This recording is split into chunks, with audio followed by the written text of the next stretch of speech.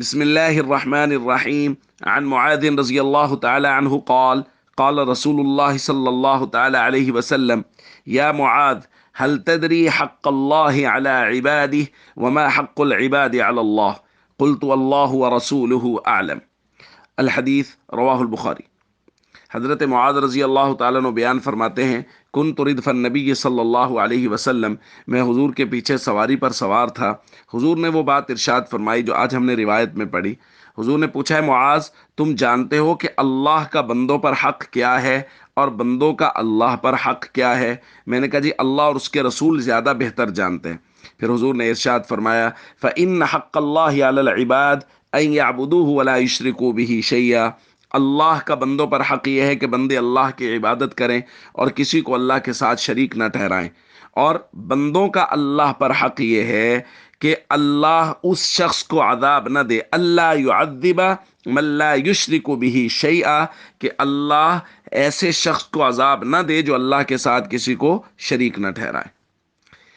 دوستو، ہم کل بھی یہ بات پڑھ چکے ہیں کہ کسی ایک روایت سے پورے عقائد یا اعمال کو سمجھا نہیں جا سکتا۔ بعض روایات میں اجمال اور بعض میں تفصیل ہوتی ہے۔ اب اس روایت میں صرف اتنی بات ہے کہ جو شخص بھی اللہ کے ساتھ شریک نہیں ٹھہرائے گا، اللہ قیامت کے دن اس کو عذاب نہیں دیں گے۔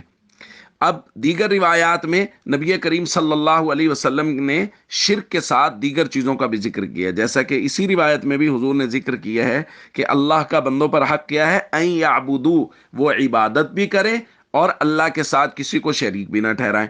بعض روایات میں صرف اور صرف اس بات کا ذکر ہوگا کہ وہ اللہ کے ساتھ کسی کو شریک نہ ٹھہرائیں۔ ایک روایت حضرت ابو ہریرہ رضی اللہ تعالیٰ عنہ فرماتے ہیں، ان اعرابیًا اتى النبی صلی اللہ علیہ وسلم، ایک دیہاتی حضور کی خدمت میں آیا اور اس نے کہا، دلنی علی عمل اذا عملته دخلت الجنہ، مجھے ایسا عمل بتا دیجئے کہ میں کروں تو میں جنت میں داخل ہو جاؤں۔ حضور نے فرمایا، تعبد اللہ لا تشرکوا به شیئا، اللہ کی عبادت کرو اور کسی کو اللہ کے ساتھ شریک نہ ٹھہراؤ۔ وتقیم الصلاۃ المکتوبہ، فرض نماز پڑھو۔ وتؤدی الزکاۃ المفروضہ، فرض زکوٰۃ دو۔ وتصوم رمضان، اور رمضان کے روزے رکھو۔ تو بس یہ اعمال ہیں، تم جنت میں چلے جاؤ گے۔ اس شخص نے کہا، والذی نفسی بیدی لا ازید علی ھذا، اللہ کی قسم میں اس سے زیادہ نہیں کروں گا، بس اتنا ہی عمل کیا کروں گا۔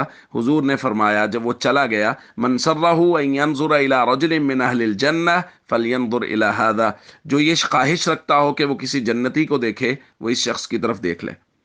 اب اس روایت میں اللہ کی عبادت کا ذکر ہے، شرک نہ کرنے کا ذکر ہے، نماز پڑھنے کا ذکر ہے، زکوٰۃ دینے کا ذکر ہے، رمضان کا ذکر ہے، رمضان کے روزوں کا۔ اس وقت حج فرض نہیں ہوا تھا، اس وجہ سے حج کا ذکر نہیں۔ تو بھائی یہ بات اچھی طرح سمجھ لیجئے کہ شریعت کی بعض احادیث میں کچھ چیزوں کا اجمال ہوتا ہے، بعض میں تفصیل، جس میں صرف اس بات کا ذکر کیا گیا ہے کہ ایمان کافی ہے۔ بعض روایات میں کہا گیا شرک نہ ہو تو باقی، وہ اس لیے کہ اللہ کا کرم اور فضل جس پر ہوگا، ان اللہ لا یغفر ان یشرک بہ ویغفر ما دون ذلک لمن یشاء، جس کو اللہ چاہیں گے اس کو بخش دیں گے، وہ اللہ کی قدرت کاملہ ہے، لیکن اللہ نے ضابطے بنائے ہیں اور ضابطوں کے مطابق ہی چلنا ہوتا ہے۔ ضابطہ یہ ہے کہ شرک سے بھی بچنا ہے، اور جو اللہ نے اعمال ذمہ لگائے ہیں، نبی کریم صلی اللہ علیہ وسلم نے ساری زندگی وہ اعمال امت کو کر کے دکھائے ہیں، صحابہ اور اہل بیت کو سکھائے اور انہوں نے امت تک پہنچائے ہیں، ان اعمال پر بھی کاربند رہنا ضروری ہے۔ والسلام علیکم ورحمۃ اللہ وبرکاتہ۔